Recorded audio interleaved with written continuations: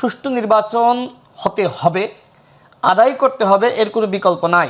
আর জনাব তারেক রহমানের নিরাপত্তা নিয়ে যেটি বলছিলেন, আমি বিশ্বাস করি এবং বিএনপির সাথে আমাদের যতটুকু আলাপ হয়েছে, জনাব তারেক রহমান দেশে আসবে এবং তাকে দেশে আসতেই হবে। যেটি সত্য সেটি আমাকে বলতে হবে।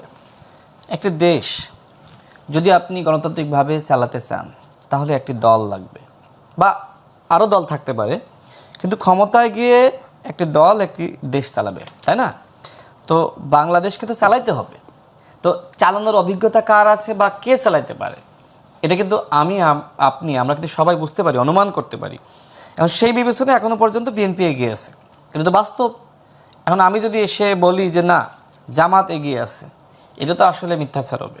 তো হ্যাঁ, জামাতের অবস্থান আগের থেকে ভালো হয়েছে।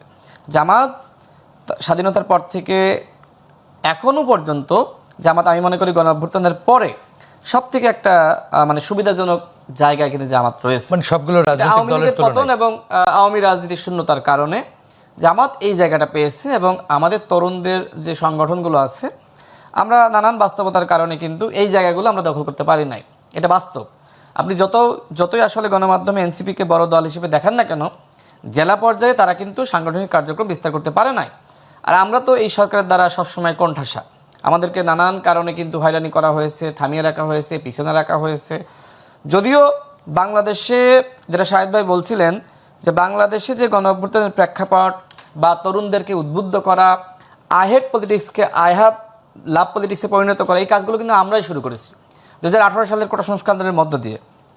তো যাই হোক, আমি আরেকটা ভিন্ন প্রসঙ্গে আসতে চাই। দেখেন, আপনি ডিপ স্টেটের কথা বলছেন। এখন ডিপ স্টেট কি বোঝে না যে বাংলাদেশকে যদি আমরা গণতান্ত্রিক উপায়ে চালাতে চাই, তাহলে দল হিসেবে আসলে কাদেরকে সামনে রাখা দরকার, তাই না? তো সেক্ষেত্রে আমি মনে করি না যে আসলে এই মুহূর্তে বাংলাদেশের জনগণ এতটা সচেতন, বা এই বিপ্লবের পরে মানুষের রক্ত এতটা গরম যে কোনো একটি দলকে চাইলেই ক্ষমতায় আনা যাবে। অর্থাৎ আগামী নির্বাচনটা অবশ্যই সুষ্ঠু নির্বাচন হতে হবে, আদায় করতে হবে, এর কোনো বিকল্প নাই।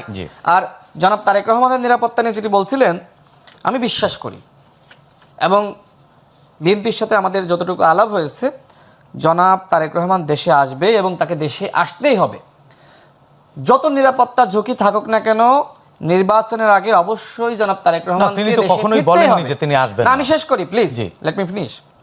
এখন তারেক রহমান দেশে আসলে বিএনপির রাজনীতি বা নির্বাচন এটা অন্যরকম হবে। আর যদি নানান কারণে কোনো জটিলতা, নিরাপত্তা ঝুঁকি, যে কোনো কারণে তিনি না আসেন, সেটা আসলে আমাদের সবার জন্য, দেশের জন্য, আমি শুধু দলের জন্য বলবো না, বিএনপির জন্য না, দেশের জন্য অত্যন্ত ঝুঁকিপূর্ণ হবে।